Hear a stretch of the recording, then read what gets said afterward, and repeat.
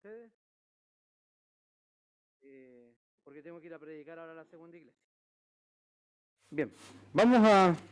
Sí, hasta cuando dure el tiempo. Son las 11 y me arranco.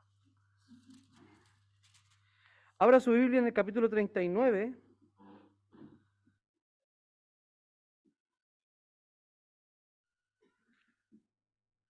Del Génesis. Y dice así la palabra del Señor. Los ismaelitas llevaron a José a Egipto y allá se lo compró a ellos un egipcio llamado Potifar, que era un oficial del faraón y capitán de su guardia.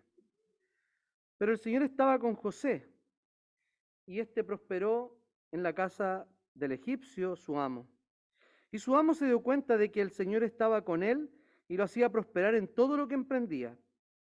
De modo que José se ganó la buena voluntad y le servía, y su amo lo nombró mayordomo de la casa y dejó en sus manos todo lo que tenía. Desde el momento en que José quedó a cargo de la casa y posesiones del egipcio, el Señor bendijo su casa por causa de José. La bendición del Señor estaba sobre todo lo que él tenía, lo mismo que en la casa que en el campo. El egipcio dejó en manos de José todo lo que tenía y ya no se ocupaba más de lo que tenía que comer. Y José era bien parecido y de bella presencia. Después de esto resultó que la mujer de su amo puso los ojos en él y le dijo: acuéstate conmigo. Pero él se negó a hacerlo y le dijo a la mujer de su amo: como puedes ver, estando yo aquí, mi señor no sabe ni lo que hay en esta casa. Ha puesto en mis manos todo lo que tiene. En esta casa no hay nadie mayor que yo, ni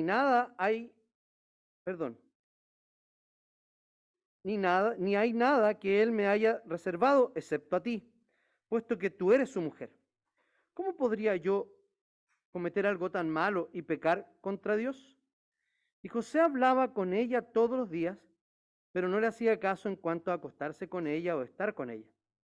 Pero un día entró en la casa para cumplir con sus obligaciones, y como allí no había nadie, ella lo agarró de la ropa y le dijo: acuéstate conmigo. Pero él dejó su ropa en las manos de ella y salió corriendo de allí.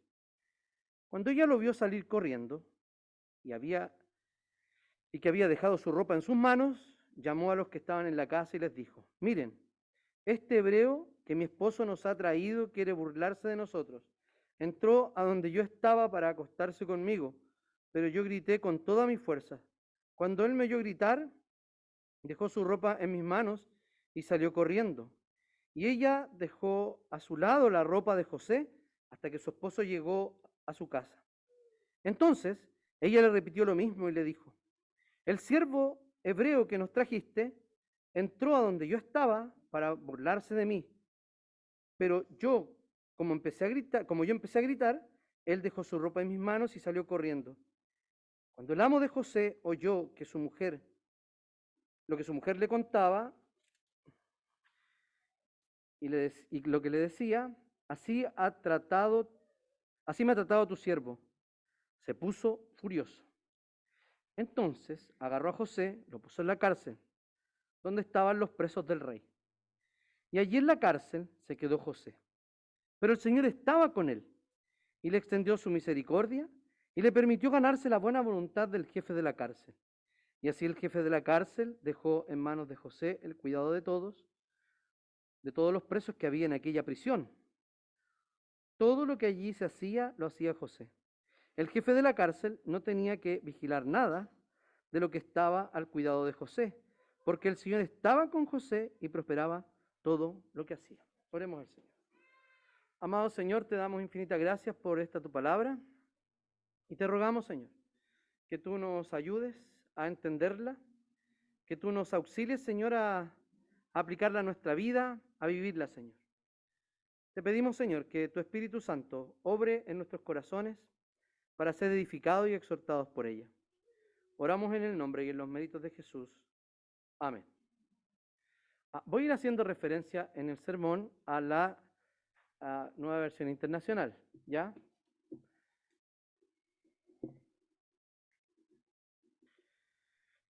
¿Recuerdan? Permiso. Se ve muy feo ahí. Se ve feo, ¿cierto? 1.000.000 de pesos. ¿Eso van a cobrar por votar las mascarillas? Ya.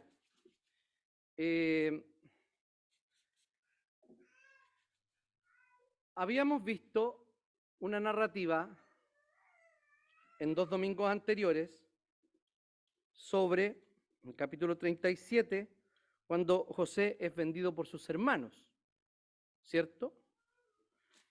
Y la historia queda allí, y cómo el papá y esa familia estaba demasiado triste, y los resultados que había traído esta mala decisión que había liderado Judá. De repente comienza el texto en el 38 a hablarnos sobre Judá. Y cómo Judá se va desde donde sus hermanos, o sea, él tenía una comunidad, no solo de hermanos, sino de familia, y él decide alejarse de Dios y decide, de su gente, y decide con ello abandonar el pacto de Dios.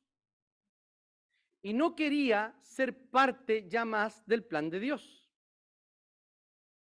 De hecho, se fue donde los cananeos para vivir como cananeo, para casarse con una cananea, para darle hijos, esposa a sus hijos por una cananea, pensar como cananeo, transformarse en uno de ellos. Dejó de ser lo que era y quiso ser simplemente Judá. Y lo vemos allí, olvidándose, como si nunca nada de lo que el Señor había hecho con su familia hubiera sucedido. Como si las promesas del Señor no se iban a cumplir, o peor aún, que no tenía intención alguna de participar de esas promesas. Pero vemos que Dios es tremendamente misericordioso. Y no solo no lo desecha, sino que a pesar de sus malas intenciones, de sus malos actos, el Señor lo instala justamente en la senda de convertirse en un antepasado del Mesías y ser un antepasado de David y entrar en esa genealogía.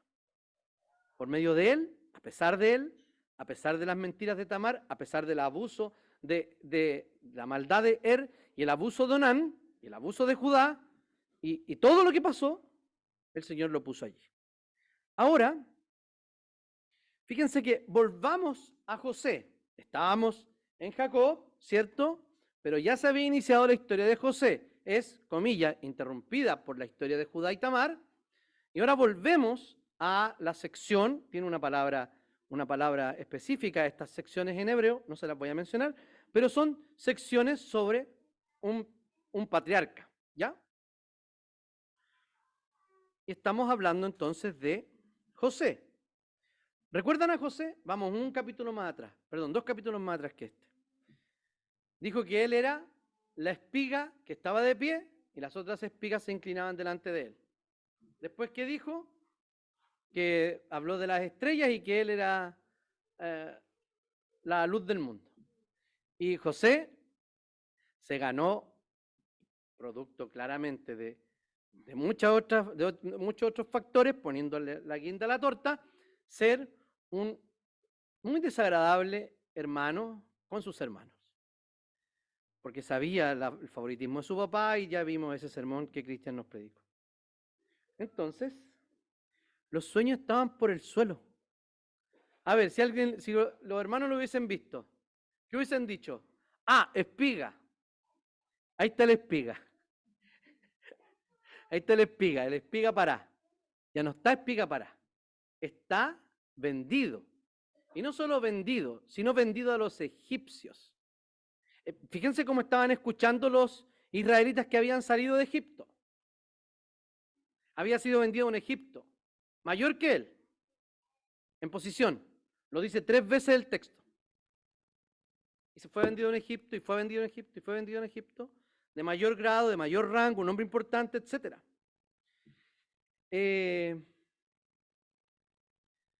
Está devastado.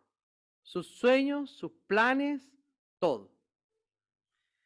Entonces lo venden sus hermanos a los beduinos. José nuevamente es vendido como esclavo y comienza a desarrollarse en un nuevo espacio. Dice que cuando José fue llevado a Egipto, los ismaelitas que lo habían trasladado allá, lo vendieron a Potifar. Entonces José, de haber sido esa estrella y esa espiga y el centro de su familia, o por quien el Señor iba a salvar a su familia, se transformaba en una cosa que estaba siendo vendida. Ustedes han visto películas de esclavos, ¿cierto? Por ejemplo, 12 años.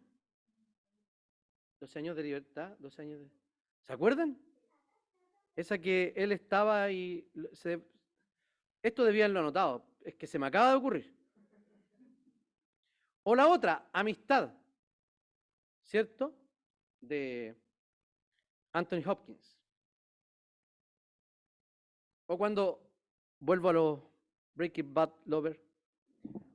O cuando ve uno en el último capítulo de la serie, los 2 últimos capítulos de la serie Breaking Bad, o en el camino, ve a Jesse Pinkman, que es un cabro que lo toma una banda porque él sabía cocinar muy bien la metanfetamina, que se estaban haciendo millonarios con eso, y se van pasando la posta, matándose, obvio, para ir teniendo el negocio.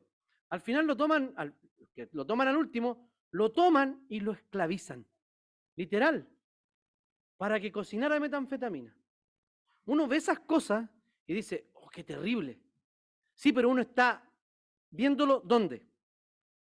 Sentado en el sillón de su casa, echadito en la cama, y ve qué terrible es. Ahora, pongámonos de verdad en el caso de ser realmente vendido y de sufrir todos los abusos que están asociados a la propia esclavitud. El Señor, pareciera que en este contexto uno diría, no, el Señor no estaba allí. El Señor no estaba con los hermanos esclavos de Estados Unidos, sobre todo del sur de Estados Unidos, que los días domingo cantaban gospel anhelando la tierra y el cielo nuevo. La pregunta es, ¿estaban siendo esclavizados? José, hermanos, también en Norteamérica, y cantaban a un Dios y creían en un Dios que parecía no estar allí. Este mensaje, que es el 19, lleva por título El Señor estaba con José, porque lo repite 3 veces que el Señor estaba con José. Y después de dar la descripción esta de que fue vendido y que fue llevado a Egipto, póngase en los oídos de los israelitas que están en el desierto caminando, yendo a la tierra prometida. Ahora bien, dice, el Señor estaba con José y las cosas le salían muy bien. A ver, un momento. Estaba como esclavo. ¿Cómo como esclavo nos van a salir las cosas muy bien? Mientras José vivía en la casa del patrón egipcio, este se dio cuenta de que el Señor estaba con José y lo hacía prosperar en todo. Son 4 veces que dice Dios estaba con José. Y lo hacía prosperar en todo. Entonces la Biblia dice que el Señor estaba con José y eso se manifestaba ¿en qué? En la prosperidad que llevaba y que todo lo que tocaba lo hacía prosperar.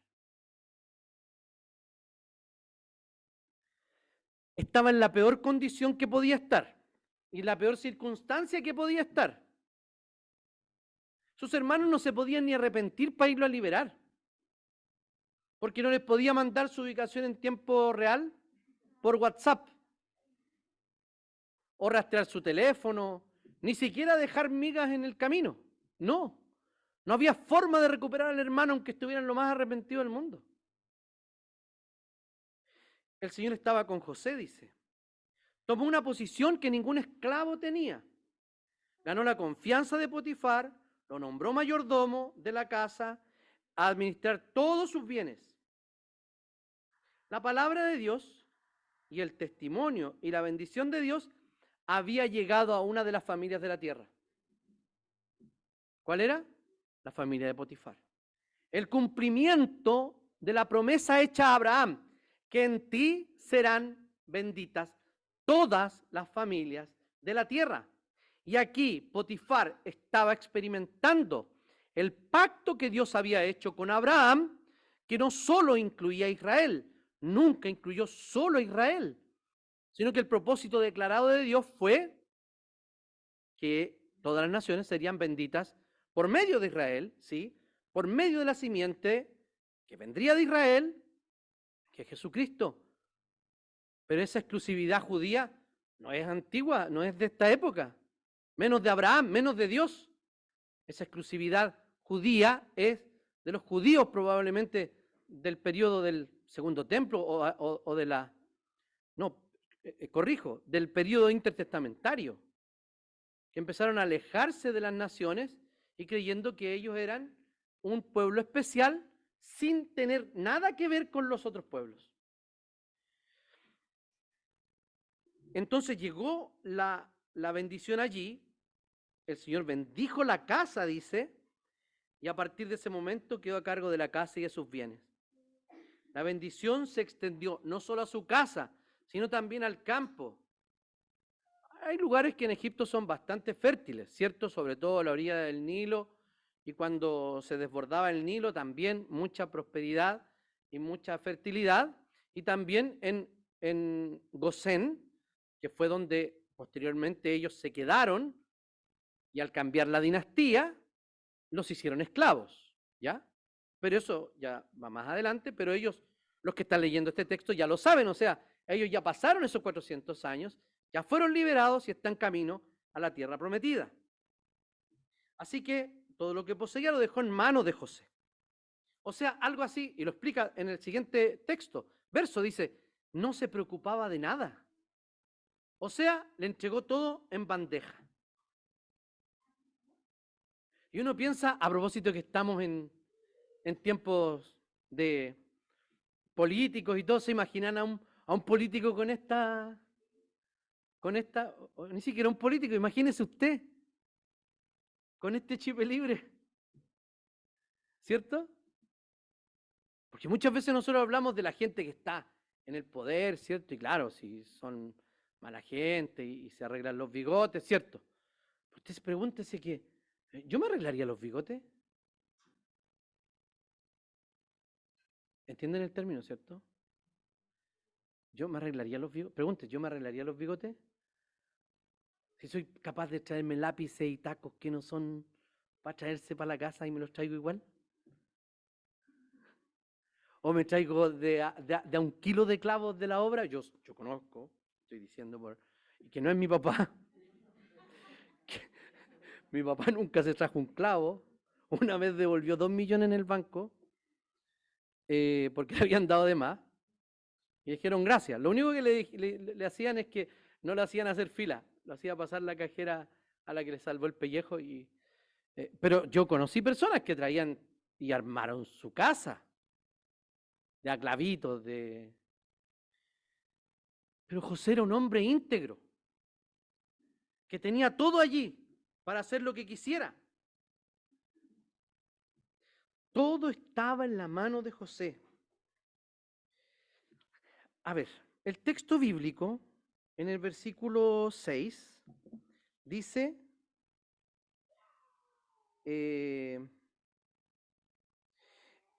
la voy a leer en la Reina Valera contemporánea, dice, el egipcio dejó en manos de José todo lo que tenía y no se preocupaba más de lo que tenía, más que de lo que tenía que comer. Uno puede pensar lo siguiente.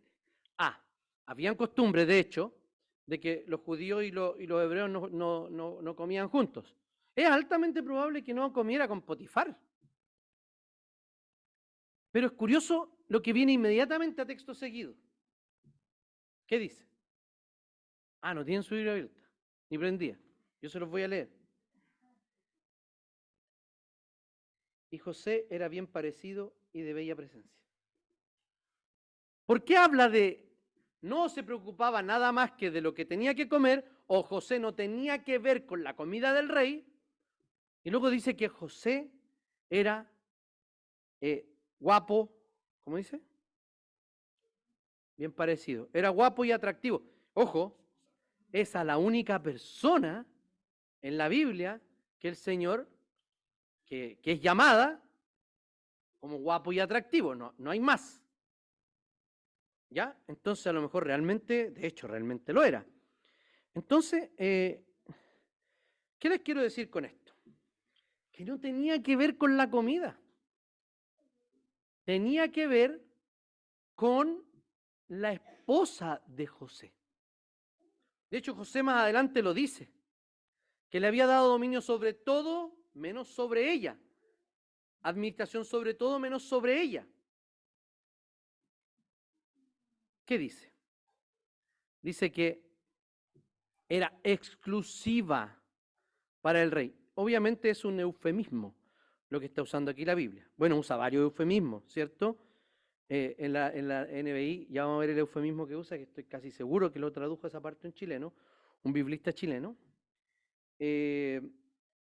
No se preocupaba excepto de del pan que comía. Entonces, ¿qué pasa aquí? Se refería entonces a la cuestión sexual, que era lo único que José no administraba. Por eso declara más adelante, como dije, que no tenía nada que ver con ella, que ella no estaba en esa parte de su administración. José tenía una posición delante de él, ¿cierto? Y muchas veces nosotros, una posición que conservar. Y si hacía bien las cuentas, los cálculos políticos, si los sacaba bien, ¿saben lo que pasaba? Era mejor acostarse con la esposa de Potifar, ¿cierto? Porque, no sé, más vale tener una jefa de amiga que una jefa enojada. Entonces José podría haber pensado eso y dice, bueno, ya haré el esfuerzo, voy a hacer el sacrificio para conservar mi posición. Porque seguramente algo va a pasar, no me voy a quedar así. No temió dejar esa posición para ser fiel a Dios. Y como dije, esto no es una historia que le habla a los jóvenes de arrancar de la tentación sexual. Eso sí, es una aplicación, claramente. Pero lo que está diciendo aquí es que José sabe a quién pertenece. Y eso aplica tanto para la sexualidad, tanto para mi área de trabajo, estudio, todas las esferas de la vida. Entonces, forma un puente perfecto para lo que viene a texto seguido, que sería que el Señor estaba con José, no solo, como dije al principio, creo que no anuncié la primera división, el Señor estaba con José en días de prosperidad, sino que también José estaba en días de tentación, Dios estaba con José. José tenía muy buen físico y era muy atractivo. Entonces, para él constituyó más bien un problema que una ventaja, ¿cierto? Porque no ganó la posición de esclavo por su presentación personal. No, fue vendido, era sano seguramente y joven, y listo, lo compraron.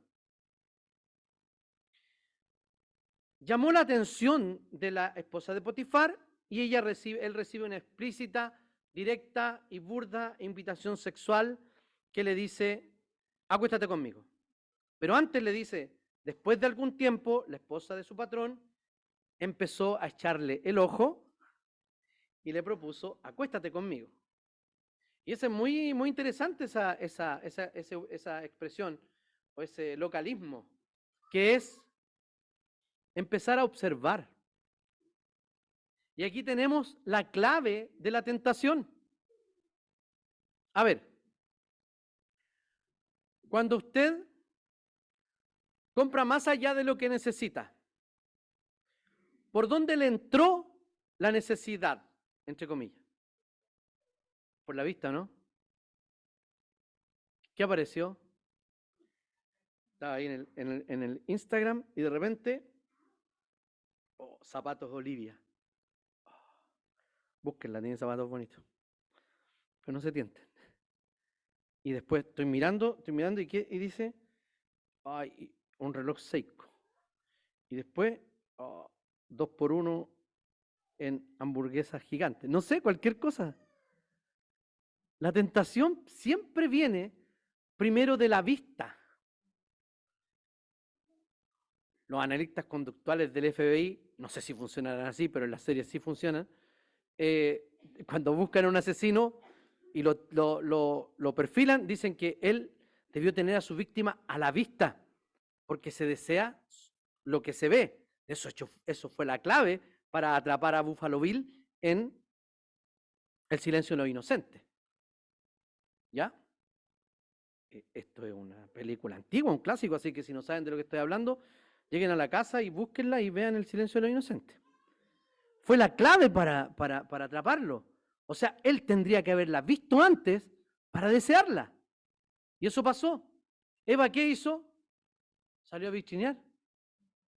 ¿Y qué vio? El fruto. Y dice que vio que el fruto era bueno. Entonces, la vista aquí le jugó una mala pasada, no a ella, sino al propio José. La oferta de la señora era constante, era acoso. Hoy día podría haber ido a la inspección del trabajo, ¿cierto? Y haberla acusado por acoso sexual, ¿o no? O más corta, podría haberla funado por las redes sociales. Ahora, ella lo funó, la íbamos a ver después. Entonces, él se mantiene firme. Y por más que ella lo acosaba día tras día, dice el 10, para que se acostara con ella y le hiciera compañía, parece que el marido no estaba muy presente, porque ahí usa dos términos. Parece que no era solo sexual, sino algo más, una necesidad más allá de lo sexual. Y José se mantuvo firme en su rechazo. Y le da 3 argumentos de por qué, le explica a ella, por qué no puede acostarse con ella. Es tan bizarra la historia de la anterior y la de ahora, ¿cierto? Pero ellos Israel estaba viendo que de qué manera el Señor podía o estaba con su pueblo independientemente de las circunstancias que estuvieran viviendo. Israel podía estar en el desierto, Israel podía estar incluso en Egipto, y dijeron, o sea, cuando estábamos en Egipto, esos 400 años, y parecía que Dios no estuviera, incluso algunos nos olvidamos de Dios, pero algunos se olvidaron de Dios. Y ahora que estamos aquí, paseando por el desierto, ¿el Señor está con nosotros? Sí, el Señor está con ustedes. Y cuando lo leían en el tiempo del cautiverio babilónico, fuera del país, exiliados, o sea, ¿el Señor está con nosotros? Sí, también. Entonces le dice, ¿por qué no quiere tener sexo con ella? Le dice, hay el primer argumento, que es el argumento de la confianza. Dice, mi patrón ya no tiene que preocuparse de nada en la casa, porque todo me lo ha confiado a mí. En esta casa no hay nadie más importante que yo. Señora, a mí me pasaron una responsabilidad. No puedo abusar de esa responsabilidad. En segundo lugar, el argumento de la gratitud. Dice, mi patrón no me ha negado nada. ¿Por qué? Porque el Señor estaba con José. Y el Señor había bendecido no solo a José, sino que había traído bendición a la casa del faraón, perdón, de Potifar, de un alto funcionario.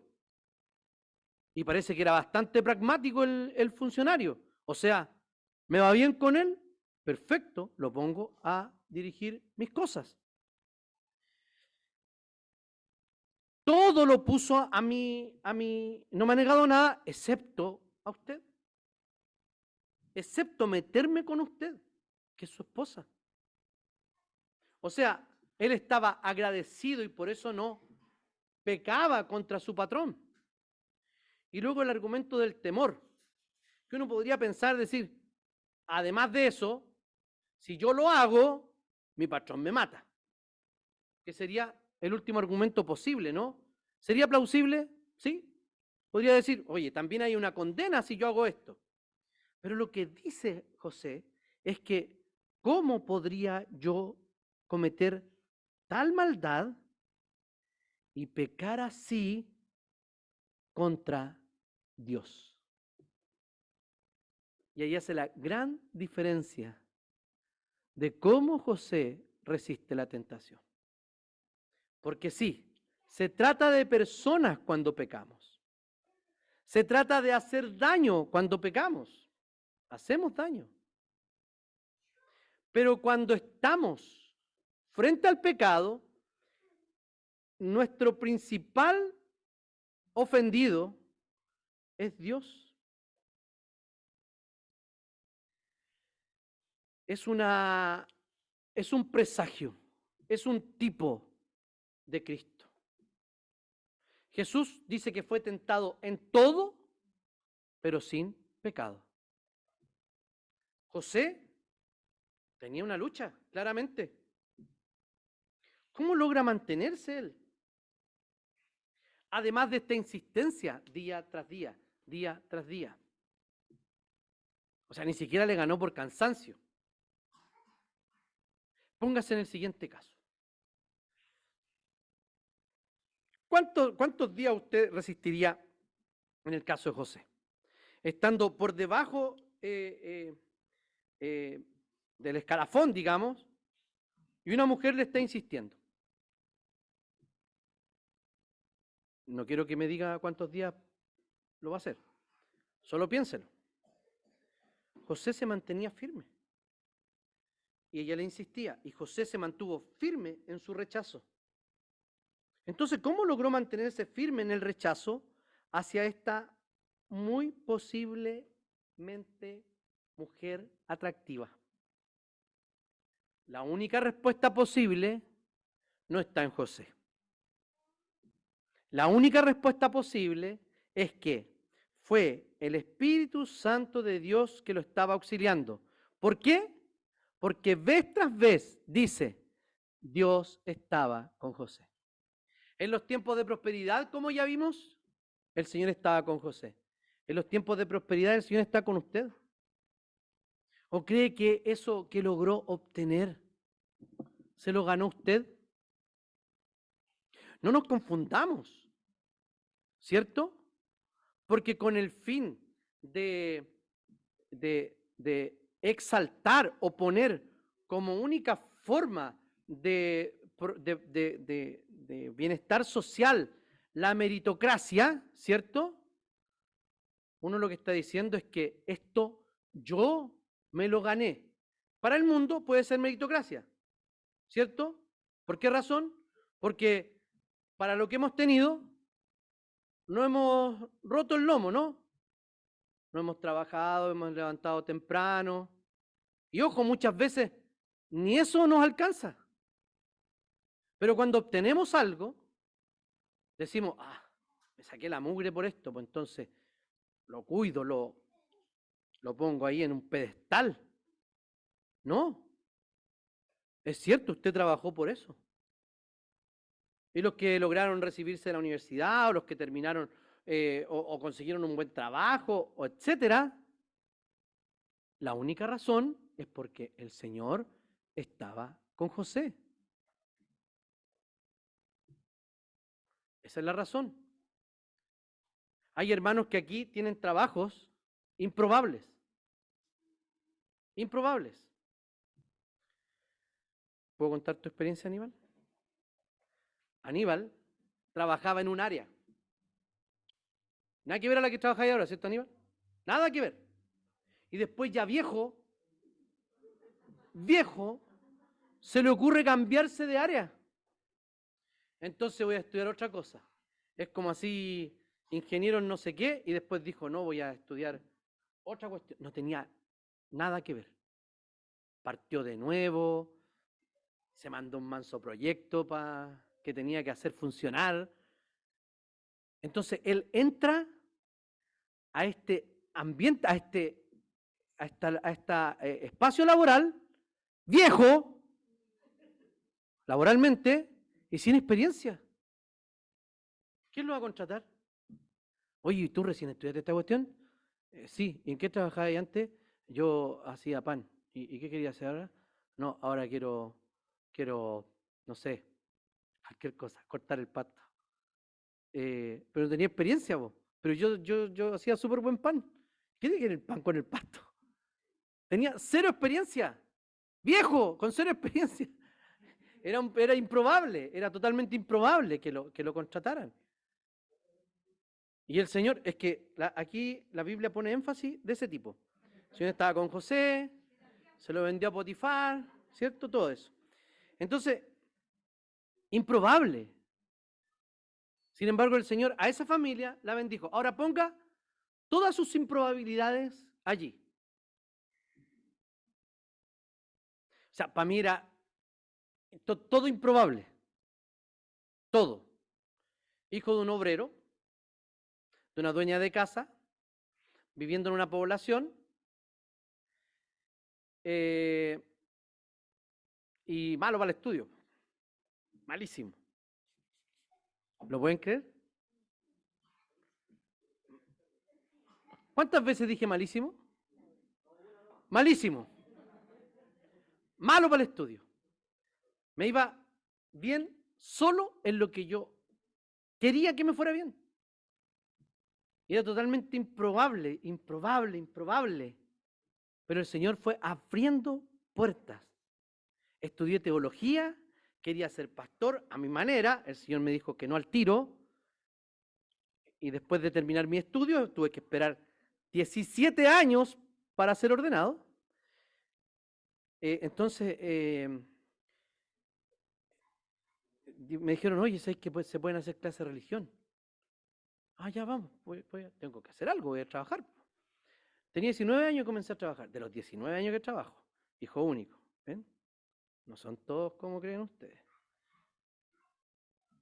19 años comencé a trabajar y ya, pues yo dije, me tiraré por aquí si ya no fui pastor. Del seminario me iban a mandar a estudiar a Estados Unidos y después se dieron cuenta que yo no creía las mismas cosas que enseñaba ese seminario y me dieron una chuleta y nunca más me pescaron. Y ahí quedé con todos mis planes. Era como José siendo vendido a los esclavos, porque yo sí me creía algo así como José en el seminario, inclínense ante mí, y no pasó nada. O sea, fui el más fracasado de todos mis compañeros que salieron del seminario. De hecho, fui casi la peor nota en predicación.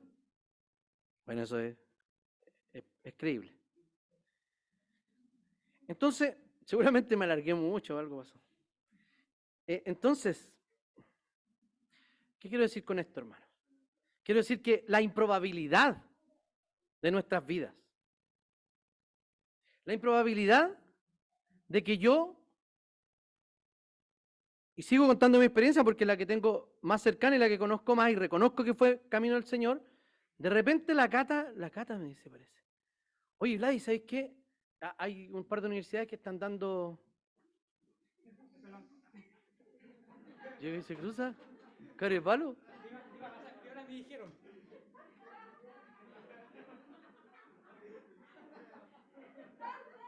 Porque estamos en público, no le veo bien un guate. Ya, sigamos. No corten esto del video, por favor. Entonces, el Vladi,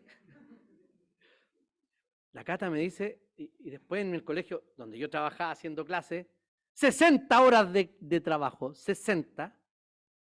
de lunes a viernes, hasta las tantas, trabajar. Y me dicen, oye, ¿sabéis qué? Semana y sábado, los profes que están, podéis sacar una pedagogía. Misma cantidad de créditos, todo, pero tenéis que ponerle terrible bueno. Dije, ya, pues me voy a poner a estudiar. Fui buen alumno en el seminario, ojo, eso me faltó decir. Del seminario para adelante fui buen alumno. Me saqué buenas notas, todo pasó así. Y yo les digo a mis hijos, cuando yo vivía en la población, era absolutamente improbable que yo viviera en un condominio como en el que vivía antes, no ahora, como el que vivía antes. Era absolutamente improbable. Para mí era absolutamente improbable tener una familia, de verdad. Era un poco pesimista respecto a eso. Hijos, lindos, hermosos, bellos, como los ven. Ahí, insolentes, pero lindos. Entonces, ahora piense en su propia historia. Y después me llaman para ser pastor. Y aquí estoy pues, con ustedes. Miren, es como volver atrás. No, mentira. Entonces, hermanos, pudimos plantar una iglesia con un grupo chiquitito en Puente Alto, la iglesia creció, etcétera. Improbable. Todo es improbable. Nuestro universo es improbable, hermano. El ajuste fino del universo este es el universo, que el planeta más improbable de existir. Si no, tendríamos vida en todos los otros planetas y podríamos irnos a otra tierra. Creo que encontraron una tierra como a 100 años luz. Nadie va a alcanzar a llegar allá. Entonces, cuando nosotros pensamos en eso, en toda la improbabilidad, vemos la providencia del Señor y decir, sí, realmente el Señor estaba con nosotros. Cuando estamos viviendo las cosas, las vemos de manera circunstancial. ¿Por qué me está pasando a mí? ¿Dónde está, Señor? ¿Qué pasa con esto? ¿Por qué? ¿Para qué? Las preguntas son iguales. Pero cuando uno mira para atrás y lo ve, logra verlo providencialmente. Y nada de lo que ha pasado en su vida, en el mundo, se arranca de la mano del Señor. El Señor siempre ha estado con su iglesia. Entonces,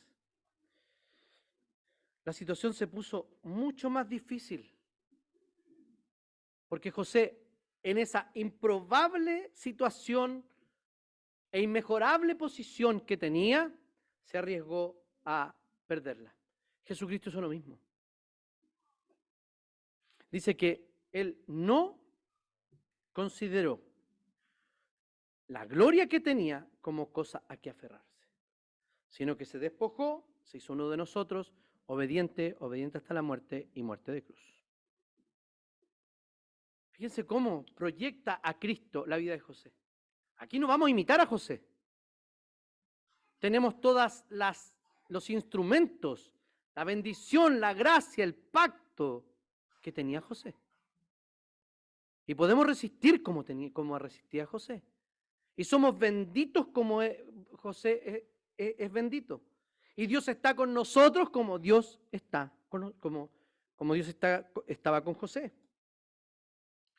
Entonces, una vez rechazada, inventa una mentira y como dije, salió al revés. Ella lo funó antes y le tomó una ropa y dijo, miren lo que intentó. En el capítulo pasado, el propio Judá había pasado la ropa, ¿se acuerdan? Aquí no, se la quitaron. Pero a José ya le habían quitado un vestido para mentirle al papá. Lo mancharon con sangre. De nuevo la ropa le traía mala racha a José. Le andar pilucho José. La túnica, ahora no sé qué le quitó. Este hombre trató de violarme, miren, aquí está. El esposo le cree a la esposa y José es injustamente encarcelado. Por eso nos parece injusto, ¿no? A Judá no le pasó nada. Bueno, perdió 2 hijos, sí, pero a él no le pasó nada. O sea, es como que la sacó barata. Y José, que era un buen cabro, pesado, pero era buen cabro. Los hermanos lo vendieron. Y le está pasando todo esto. ¿Por qué, Señor? ¿Dónde está? ¿Dónde estaba Dios? Según el texto, Dios estaba con José.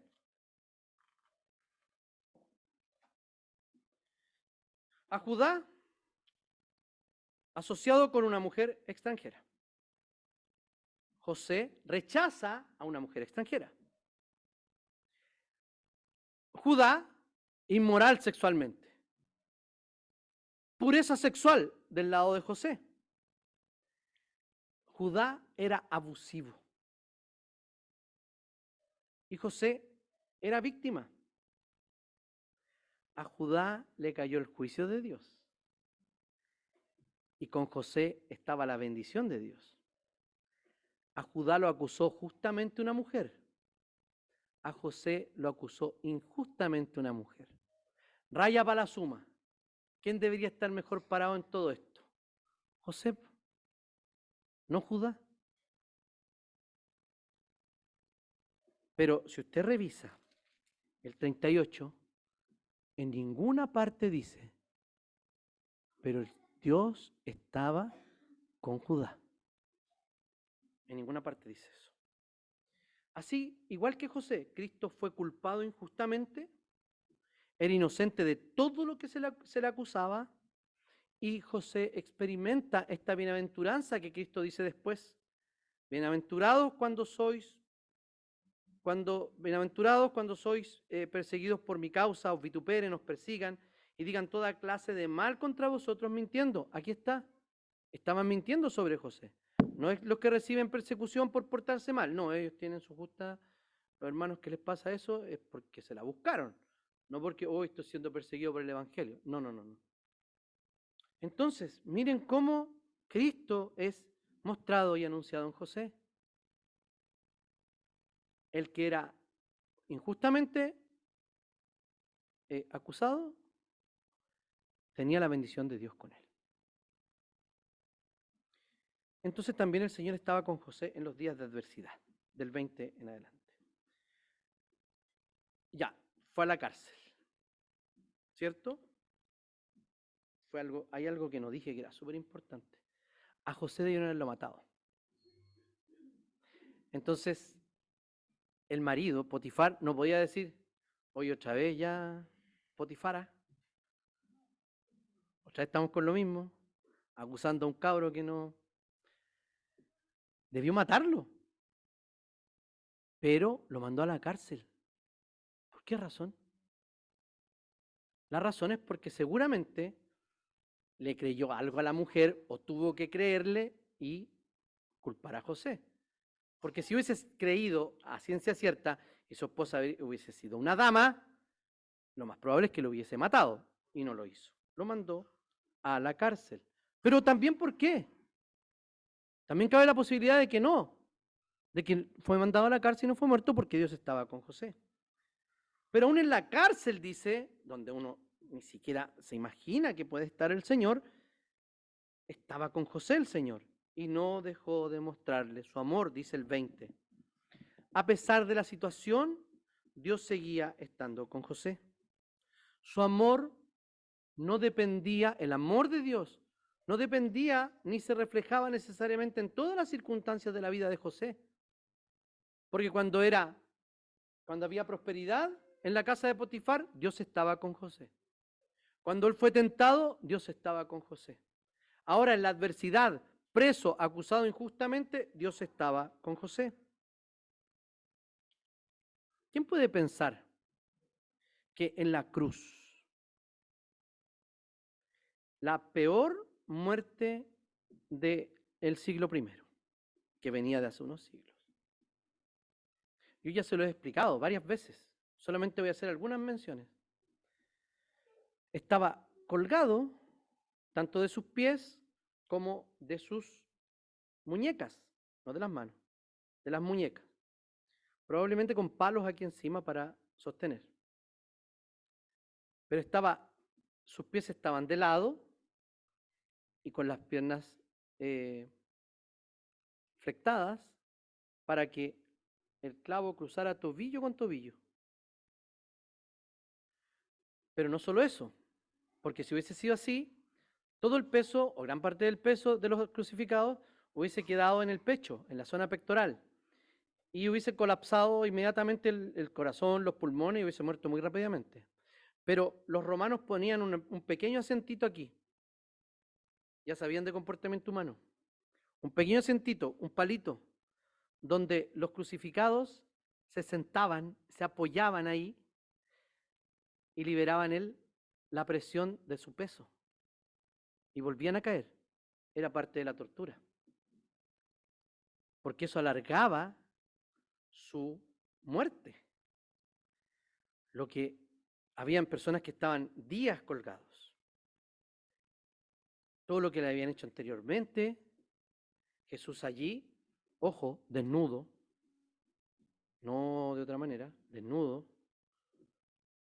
y burlándose de él, el rey del universo. ¿Usted puede creer que Dios estaba con Jesús ahí? Uno dice, ¿cómo va a estar Dios ahí? Por eso que es escandaloso el Evangelio. Porque ¿cómo puede estar en la peor situación? Puede haber vida, puede haber luz, puede haber esperanza. En la peor situación de un hombre colgado en la cruz. Por eso que para los judíos era tropiezo y para los gentiles era una locura.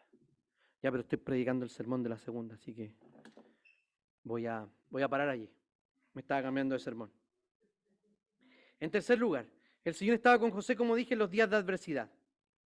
Volvió a tomar una posición inesperada José. Ya, ok, está en la casa de Potifar, mi compadre llegó a ser el jefe. Ya, ok, está bien. Antes pasaba en las empresas, ¿se acuerdan que empezaban como cajeros y terminaban siendo agentes de la sucursal del banco, etcétera? Hoy día no pasa ese tipo de cosas, pero a José le pasó eso.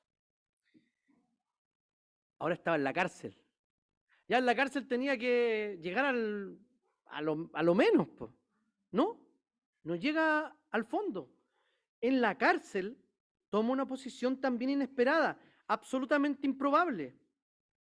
Dice, hizo que se ganara la confianza. Dios hizo que se ganara la confianza del guardia de la cárcel, el cual puso a José a cargo de todos los prisioneros y de todo lo que se hacía allí. Es Dios quien lo pone en gracia con los demás, quien le genera la confianza a los demás. Y siguió prosperando José en el lugar que es la antítesis de la prosperidad. ¿Qué es lo peor que le puede pasar a uno? Entre las cosas peores, estar preso, privado de libertad, más encima injustamente. Pero, como el Señor estaba con José y hacía prosperar todo lo que él hacía, el guardia le puso las cosas en sus manos. Dios está con nosotros a pesar de las circunstancias. Y a pesar de que si nosotros lo vemos o lo sintamos, independientemente de eso. Cuando usted dice en su propia vida cómo el Señor no está allí, no. El Señor está allí. Y le voy a explicar por qué. Eloi, Eloi, lama sabactani. Dios mío, ¿por qué me has desamparado?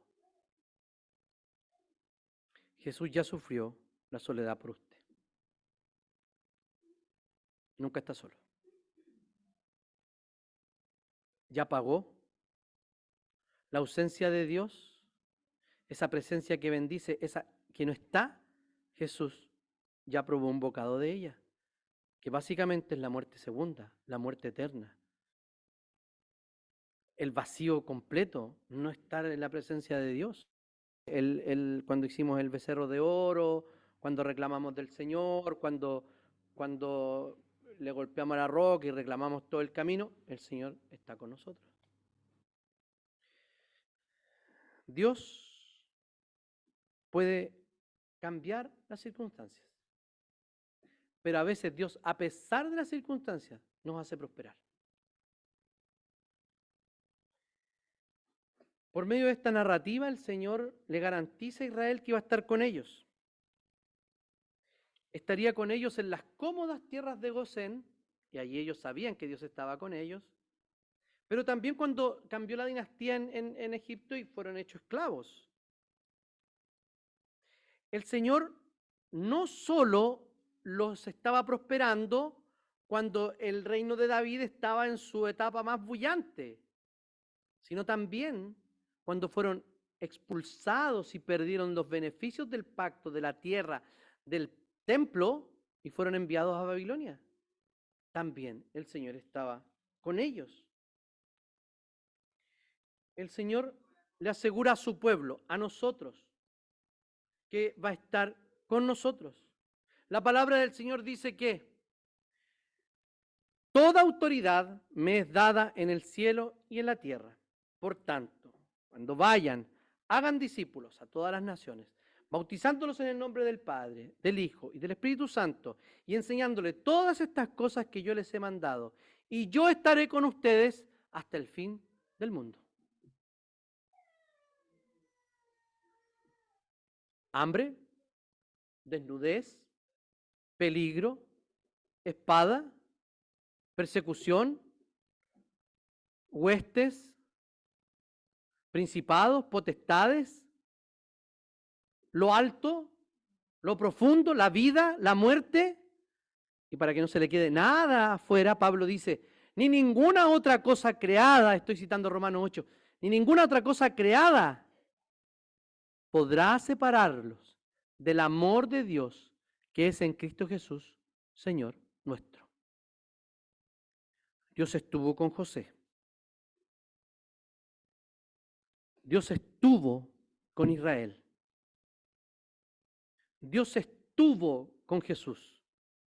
Durante todo su ministerio prosperado, durante la noche del Getsemaní dolorosa, durante las horas que estuvo en la cruz avergonzado y sufriendo, no lo abandonó en la tumba, sino que lo resucitó al tercer día. Ahora está sentado a la diestra de Dios Padre. Dios, el Padre, estuvo con Jesús. Y si está con Jesús, que es la cabeza, también está con la iglesia. Está con nosotros. Se auguran tiempos malos para adelante, ¿cierto? Hemos escuchado a los analistas políticos, económicos, anuncian cosas malas. Y puede pasar. Y si eso malo pasa, ¿qué va a pasar con nosotros? ¿Dónde está Dios? Dios estará con nosotros. Y si Dios, que es capaz de cambiar las circunstancias y hacer escenarios absolutamente improbables, hacerlos reales, el Señor también lo hará. Lo importante es que Dios está con la iglesia. Ahora, más pequeño, en su intimidad, en su corazón, cuando se siente solo, cuando se siente sola, abandonado por los que la aman, por aquellos que están a su alrededor, se siente abandonado por Dios, tenga la certeza de que el Señor está con usted. El Señor es mi pastor, nada me falta. Aunque ande en valle de sombra de muerte, no temeré mal alguno, porque tú estás conmigo. Tu vara y tu cayado me infundirán aliento. Tú preparas una mesa linda y adornada delante de mí en presencia de mis angustiadores. Unges mi cabeza con aceite, mi copa está rebosando. El bien y la misericordia me seguirán todos los días de mi vida, y en la casa de Jehová moraré por largos días. Eso fue una mezcla entre NBI, mis recuerdos y la Reina Valera 60. Pero todos conocemos el Salmo. Así que, ¿Dios estaba con José? Sí. Y como Dios estaba con José, experimentó todo lo que experimentó. El Señor está con nosotros. Emmanuel, Dios con nosotros. Oremos al Señor. Señor, te damos gracias por tu palabra. Te pedimos, Señor, que tú la atesores en nuestro corazón, que nos bendigas, que podamos practicarla, Señor, día tras día. Ayúdanos, Señor, a ser dóciles a ella, a ponernos delante de ti con un corazón dócil y de discípulo, y que tu evangelio, Señor, transforme nuestro corazón cada día. Te damos gracias porque no estamos solos. Oramos en el nombre y en los méritos de Jesús.